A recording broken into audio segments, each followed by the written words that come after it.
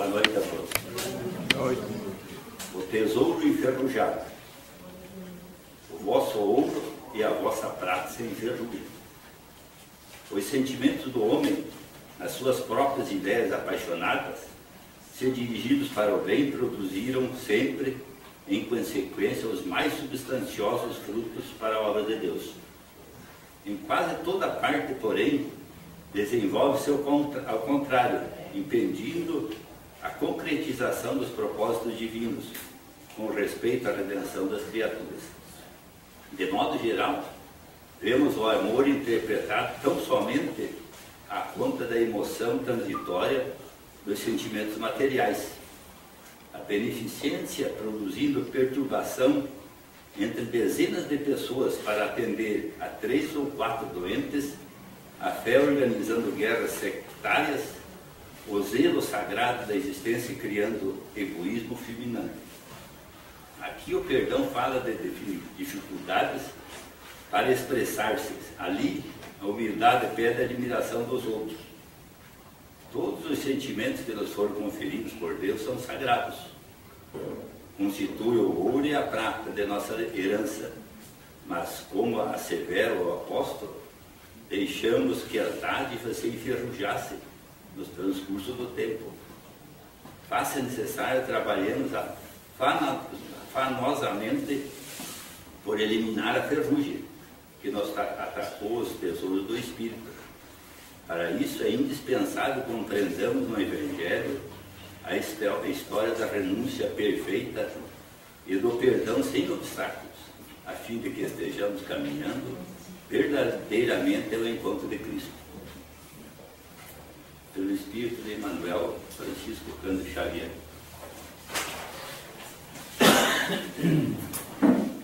Convido a todos para nós levarmos o pensamento, fazer uma oração, agradecendo a espiritualidade que nos atende nessa casa, nossos anjos de guarda, e hoje especial. Vindo para cá, hoje eu vi uma cena na televisão que ainda eu acho que, conversando com um amigo aqui, a gente fica um pouco chocado com o que está acontecendo, não só no planeta, mas no nosso país.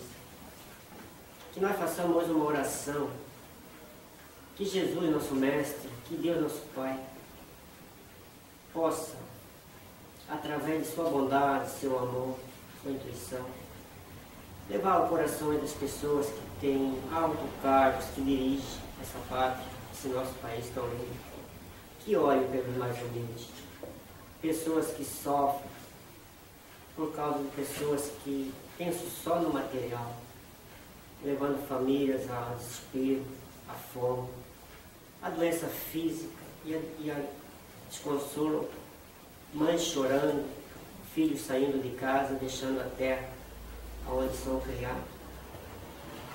A gente vê isso às vezes até com um olhar de revolta, que não poderia ser.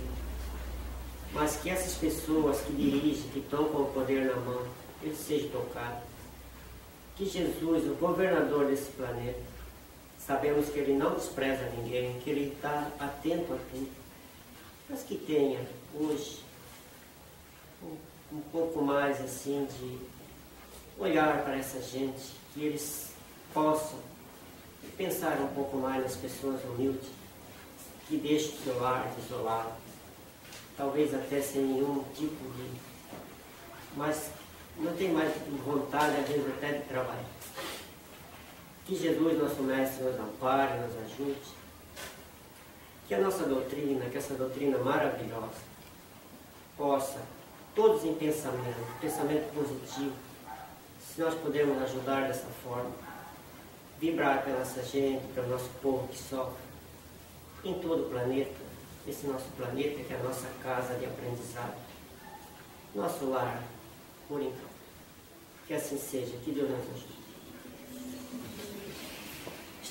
Estamos recebendo hoje na nossa casa o Sr. Luiz Carlos Mendes.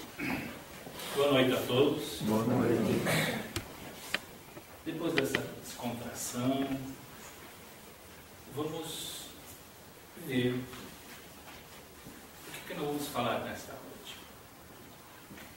Já passou ali, no data show, o tempo. A paciência.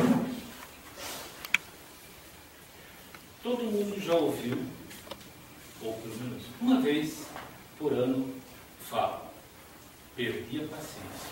Ou não? Quantas vezes a gente usa essa expressão?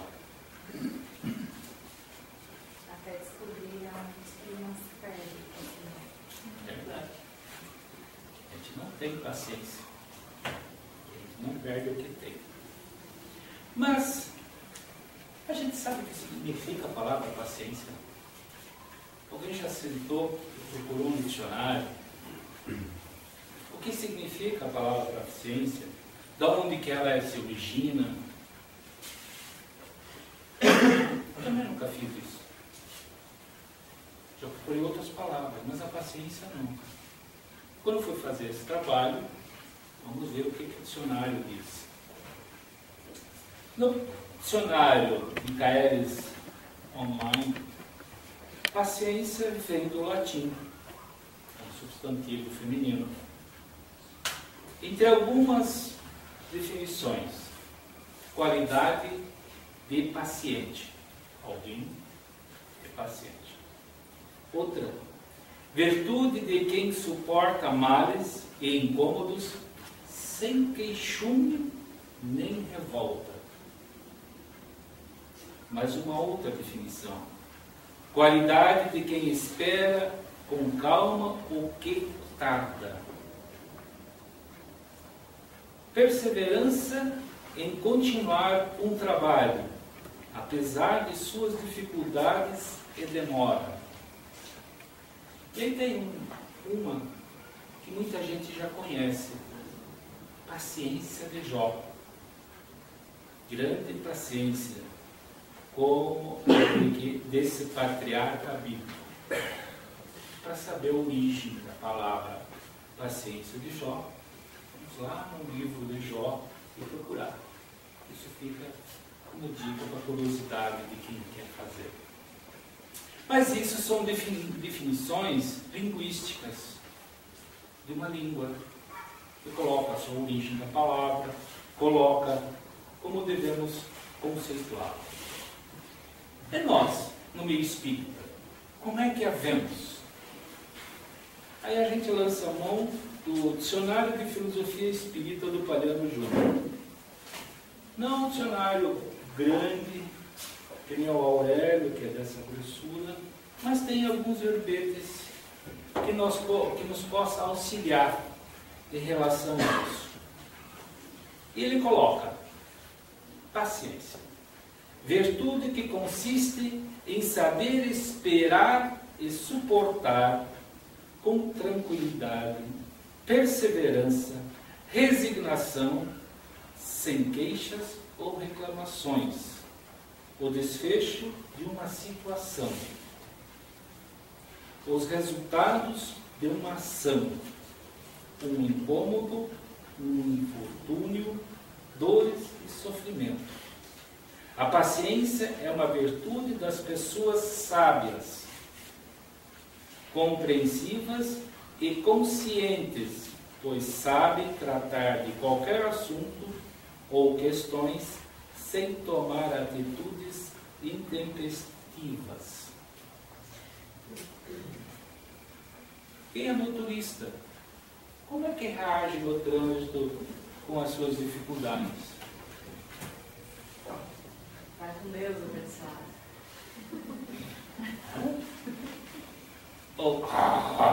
Primeiro. Quantos rosnar a gente solta no trânsito? Então onde que está a paciência? Se a gente sabe, teoricamente, o que é. Mas não conseguimos, muitas vezes, o exercício dela. O Espírito do amigo que traz no livro do Evangelho segundo o Espiritismo, no capítulo 9, que trata das bem-aventuranças, que os bem-aventurados são os brandos e pacíficos. tem um texto, a paciência. E ele lá, determinado ponto, ele começa. Sedes pacientes. A paciência também é uma caridade e devemos praticar a lei da caridade ensinada pelo Cristo, enviado de Deus. A caridade que consiste na esmola dada aos pobres é a mais fácil de todas. Outra há, porém, muito mais penosa e, consequentemente, muito mais meritória, a de perdoarmos aos que Deus colocou em nosso caminho para serem instrumentos do nosso sofrer e nos porem à prova a paciência. Então, caridade, a gente já ouviu tanto, né, esse termo, volta e meia. Pelo menos uma vez por semana a gente escuta isso. Em algum lugar, com um amigo, numa reunião, seja onde for, a gente escuta a palavra caridade. E o Espírito Amigo já coloca a paciência na caridade. E aí ele vai um pouco mais adiante. Perdoar os que Deus colocou em nosso caminho. Oh, Deus, a gente fala no meio espírita, Deus é justo e bom. E como é que Deus vai colocar alguém no nosso caminho? Só para ver se somos pacientes? Ou é as próprias leis que se encarregam nesse nosso processo evolutivo e de reparação dos danos que causamos na presente existência, como das existências pretéritas, aqueles irmãos em que nós tivemos algumas rusgas, algumas diferenças. Então não é propriamente Deus, é as leis dele que ele colocou, que são perfeitas em qualquer lugar do universo. No nosso processo de reparação em relação aos nossos equívocos perante a lei. E esses seres que são nesse processo, na forma de pensar, de agir, diferentes de nós, e que muitas vezes nós não a compreendemos pelas nossas deficiências intelectuais morais, às vezes ofendemos. E aí esse processo todo que a doutrina nos traz em relação das reparações dos danos que causamos. Ele em outro momento coloca assim: coragem, tende no Cristo o vosso modelo, desculpe. Mais sofreu ele do que qualquer de vós, nada tinha de que se penitenciar, ao passo que vós tendes de espiar o vosso passado e do vosso fortalecer para o futuro. Sede, pois, pacientes, sede cristãos. Ele traz uma comparação como o mestre foi. O mestre, em todo o seu momento, em toda a sua passagem sobre a orbe da terra, teve a paciência, não todos. Ele foi firme em suas manifestações, mas foi paciente. Aí ele coloca, e que sofreu, sem precisar sofrer. Mas ele sabia que tinha que passar por aquele processo para mostrar para nós como devemos nos comportar ante as dificuldades. E a última fala do mestre: Pai, perdoa-os, eles não sabem o que fazem. Isto significa o amor supremo, sublime em relação ao próximo. Isso nos mostra um exemplo de como devemos nos comportar. E aí o Espírito Amigo nos coloca: sede pacientes. É esperar as coisas acontecerem de acordo com o tempo. Não queremos acelerar certas coisas. Vamos fazer o nosso trabalho paulatinamente, pacientemente, apesar de todas as adversidades que vão aparecer.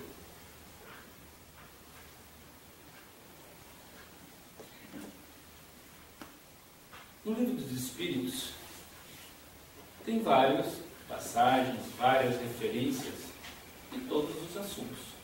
E também tem a paciência. A terceira parte, que compreende as leis morais, e da lei, no capítulo 5, da lei de conservação, Kardec faz um questionamento. É frequente a certos indivíduos faltarem os meios de subsistência, ainda quando cerca a abundância, e a que se deve atribuir isso? Uma pergunta, duas praticamente, uma dentro da outra. Uma, falta de subsistência.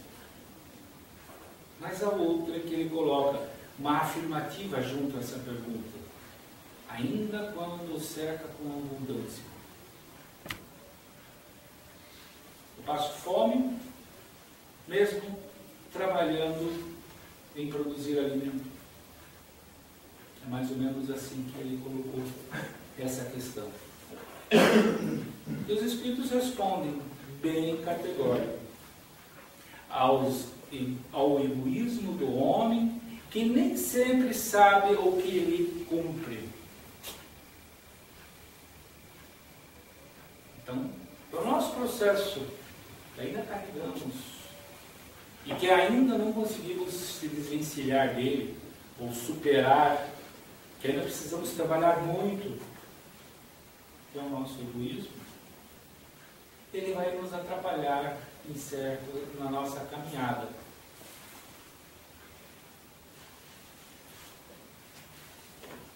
E outra coisa aqui no final da resposta, que muito a miúde são simples meios de que se utiliza a providência para lhe experimentar a constância, a paciência e a firmeza.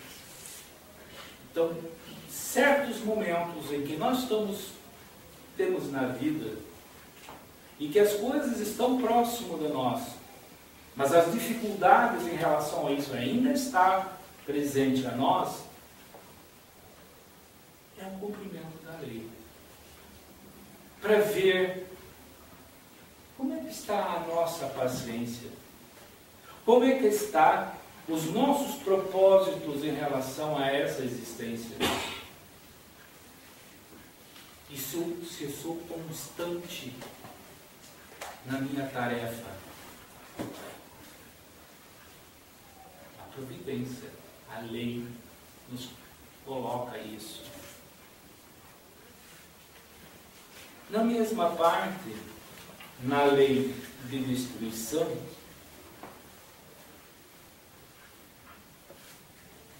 Kardec faz um questionamento.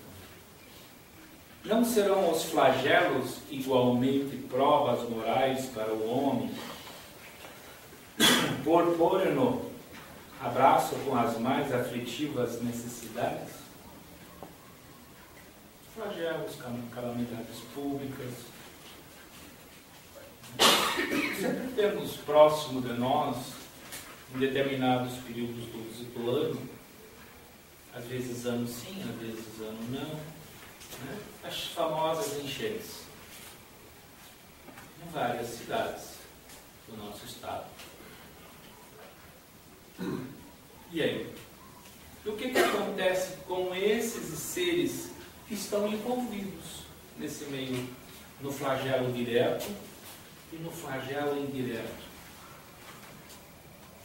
Os espíritos respondem: os flagelos são provas que dão ao homem ocasião de exercitar a sua inteligência, de demonstrar sua paciência e resignação ante a vontade de Deus, e que lhes oferecem ensejo de manifestar seus sentimentos de abnegação, de desinteresse, de amor ao próximo, se ou não dominasse o egoísmo. Aqui ele está a resposta. Tem dois grupos de pessoas. Primeiro, são aqueles que sofrem diretamente a ação do flagelo. Aqueles do exemplo da enchente, que vem, destrói casas, destrói locais de trabalho, ou cria danos. Como é que aqueles seres estão diretamente ligados e estão se comportando? Ele coloca ali sentimentos de abnegação. Qual é a diferença de uma casa construída num local que está sujeito a receber enchentes e a pessoa coloca pisos, por exemplo, aquele laminado de madeira, e que quando molha, depois seca, vira uma canoa. Aí você tem várias canoas dentro de casa, ou um piso frio. Um vai dar um certo luxo, o outro a utilidade. Então a abnegação em relação e o desinteresse ao luxo. A utilidade, sim. Mas aí tem um outro grupo chamado amor ao próximo. É aquele que não sofreu nada, mas se sensibiliza em relação aos seus irmãos que sofreram as consequências de uma enchente, por exemplo, e se organiza para dar o socorro necessário. Ou seja, como a gente vê, como acontece. Mas não podemos esquecer que não é só naqueles momentos que devemos pensar no nosso irmão mais necessitados. É em todos os momentos, que é a demonstração de amor do que nós temos em relação ao próximo. Porque ninguém sabe o que será o seu dia de amanhã. Como será?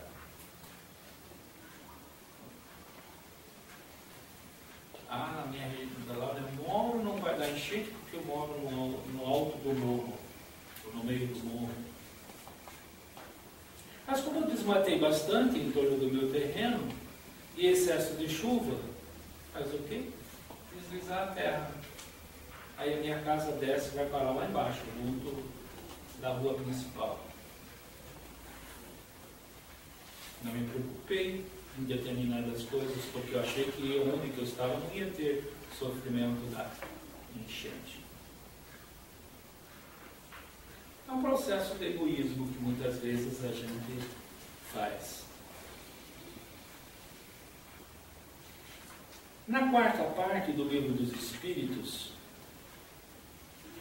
que trata das esperanças e consolações, no capítulo 1, das penas e gozos terrenos,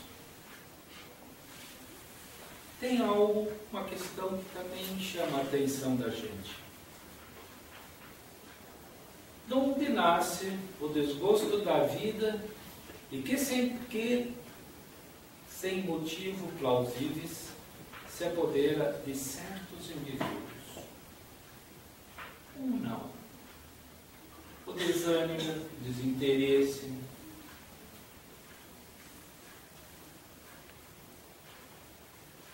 nos deixa apáticos.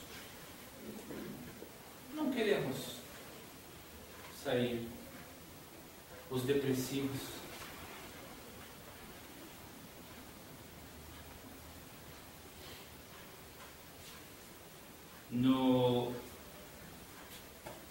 Sou ex-funcionário municipal de Joinville e nós temos um Instituto de Previdência Própria. Nós temos um alto índice de aposentados depressivos. O que leva um indivíduo a ter esse desgosto pela vida? E alto número quer dizer mais de 30%. Pessoas que não querem mais sair de casa. Existe um grupo de pessoas que vão fazer visitas para estimular essas pessoas a sair dos seus lares. Não vão nem na frente do portão da casa. O que os espíritos nos respondem em relação do desgosto? Efeito da ociosidade, da falta de fé e também da saciedade. Para aqueles que usam as suas faculdades com fim útil e de acordo com as suas aptidões naturais, o trabalho nada tem de árduo e a vida se escoa mais rapidamente. Ele lhe suporta as vicissitudes com tanto mais paciência e resignação, quando a obra com o fito da felicidade mais sólida e mais durável que os trabalho e paciência aos espíritos nos colocam. Trabalho, em outro momento, que os espíritos nos respondem, quando Kardec inquiriu, é toda ocupação útil. Então, para isso, temos que nos ocupar. E se nós olharmos ao mundo afora, tem tanta coisa que podemos fazer.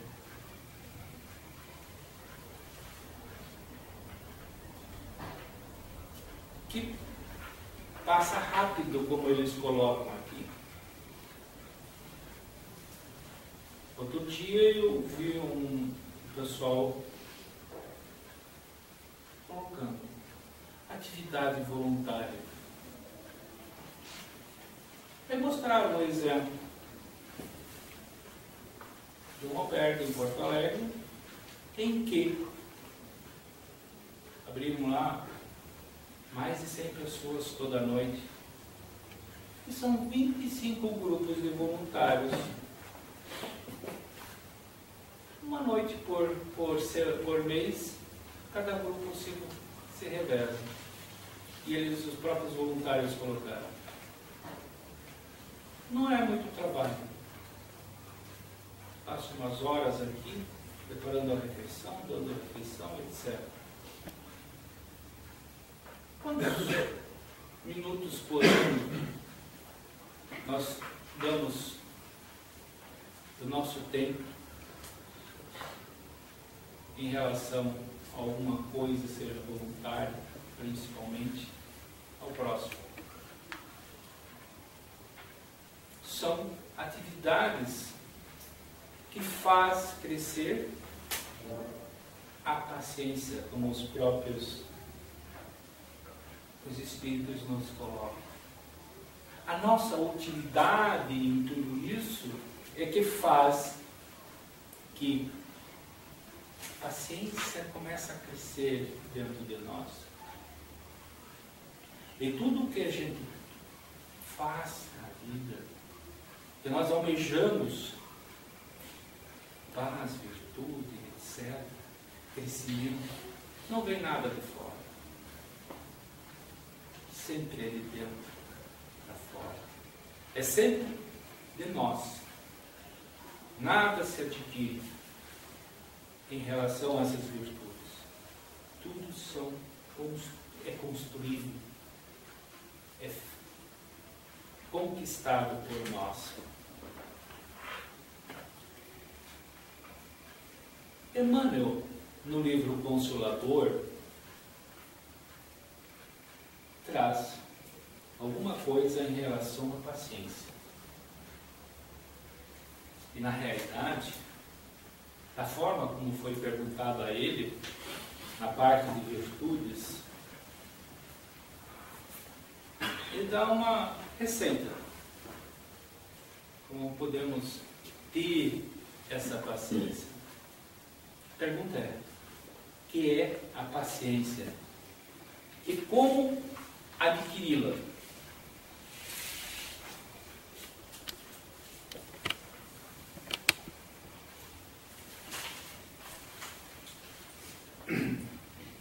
E aí ele responde: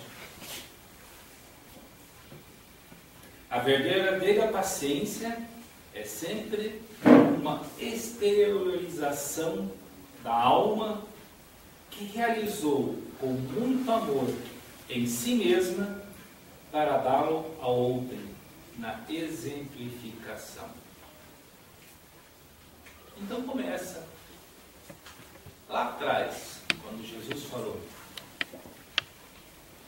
amar o próximo como a si mesmo. Eu preciso me amar, eu preciso me entender, eu preciso me compreender, para depois exteriorizar esse amor. E aí ele coloca: a alma que realizou muito amor em si mesmo para dá-lo ao outro. Eu não posso dar algo que eu não tenho. E aí ele fecha a frase com exemplificação. Eu não posso dizer que eu sou paciente e a primeira pessoa que me cruza na frente sem olhar direito para mim, eu já mostro os dentes para ele. Como é que posso dizer? Falar, mas não, se eu não sei fazer.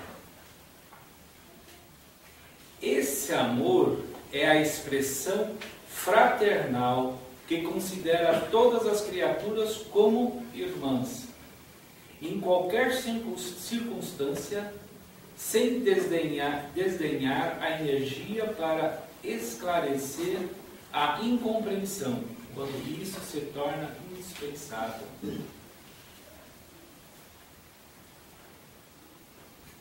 Devemos, coloca, sempre amar, independente de quem está à nossa frente. Devemos considerá-los como irmãos.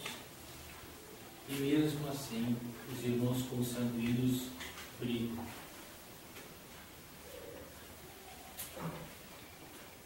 É com a iluminação espiritual do nosso íntimo que adquirimos esses valores sagrados da tolerância esclarecida. Iluminação espiritual é o íntimo que lhe reafirma tolerância esclarecida. Questão 886 do Livro dos Espíritos: como Jesus entendia a caridade? Benevolência com todos, indulgências em imperfeições alheias e perdão das ofensas. Tolerância, indulgência, são sinônimos. Tolerância esclarecida quer dizer estarmos cientes do que estamos fazendo. E para que nos edifiquemos nessa claridade divina, faz-se mister educar a vontade, curando enfermidades psíquicas seculares que nos acompanham através das vidas sucessivas, quais sejam as de abandonarmos o esforço próprio, de adotarmos a indiferença e de nos queixarmos das forças exteriores, quando o mal reside em nós mesmos. Educar a vontade. Ah, eu quero fazer isso, você sai correndo e faz. Eu quero fazer aquilo. O que acontece com a gente? Aí com a vontade corrida, com o rosto na parede. me machuco. É assim que dá a vontade descontrolada. Nós nos machucamos na nossa caminhada, machucamos o íntimo. E nós vamos fazendo isso, como ele diz aqui, através das vidas sucessivas. Há quanto tempo estamos com as nossas vontades descontroladas? E aí transferimos todas as nossas mazelas para fora. Eu não tenho culpa, fulano que é culpado disso. Não fazemos a transferência de responsabilidade nas nossas caminhadas, na nossa existência. Não nos responsabilizamos sobre nós mesmos. Para levarmos a efeito uma educação tão sublime, necessitamos começar pela disciplina de nós mesmos e pela consciência dos nossos impulsos, considerando a liberdade do mundo interior, de onde o homem deve dominar as correntes de sua vida. Alguém já disse, tudo me é lícito, mas nem tudo me convém. Paulo falou isso. Tudo eu posso, mas nem tudo me convém. Então os impulsos que ele coloca, a liberdade interior, tudo vai depender como está essa disciplina. Como estamos educando a nossa vontade. O adágio popular considera que o hábito faz segundo a natureza e nós devemos aprender que a disciplina antecede a espontaneidade, dentro da qual pode a alma atingir mais facilmente o desiderado de sua redenção.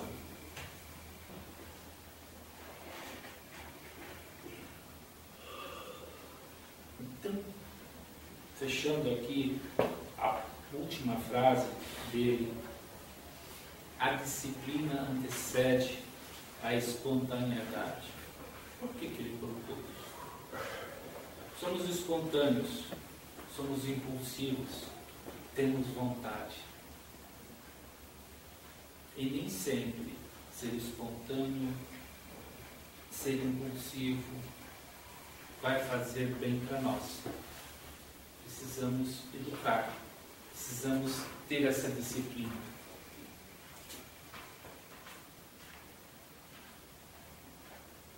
Quando Chico teve entre um dos encontros dele com Emmanuel, no começo, Emmanuel passou 3 coisas para ele. Disciplina, disciplina e disciplina. Por quê? Para se controlar, para se refrear. E nisso vai ter o quê? A educação da nossa vontade, que vai virar a paciência em relação ao próximo.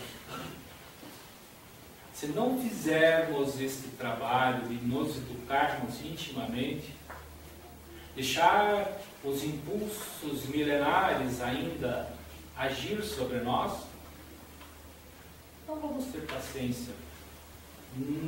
Primeiro com a gente e depois com o próximo. Então, a educação sobre nós é a parte primordial, porque daí vem a consequência que é do nosso relacionamento. Aí que podemos exercitar a paciência. E isso vai demandar, como os próprios Espíritos nos colocam, exercício. Exercício e exercício. toda mudança que nós estamos fazendo dentro de nós vai sempre demandar este exercício. Sempre vai fazer com que nós precisamos reafirmar o que estamos fazendo.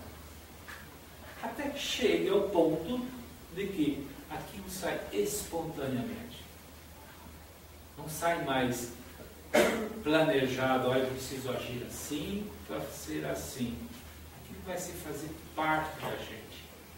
O amor ao próximo, como Jesus nos mostrou, é parte dele. Ele chegou ao ponto e chegou porque isso faz parte dele, amar a todos nós.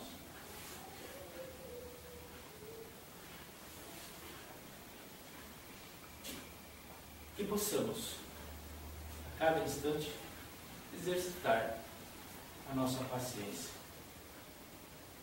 que e muitas vezes não a temos. Que a paz do Mestre esteja com todos.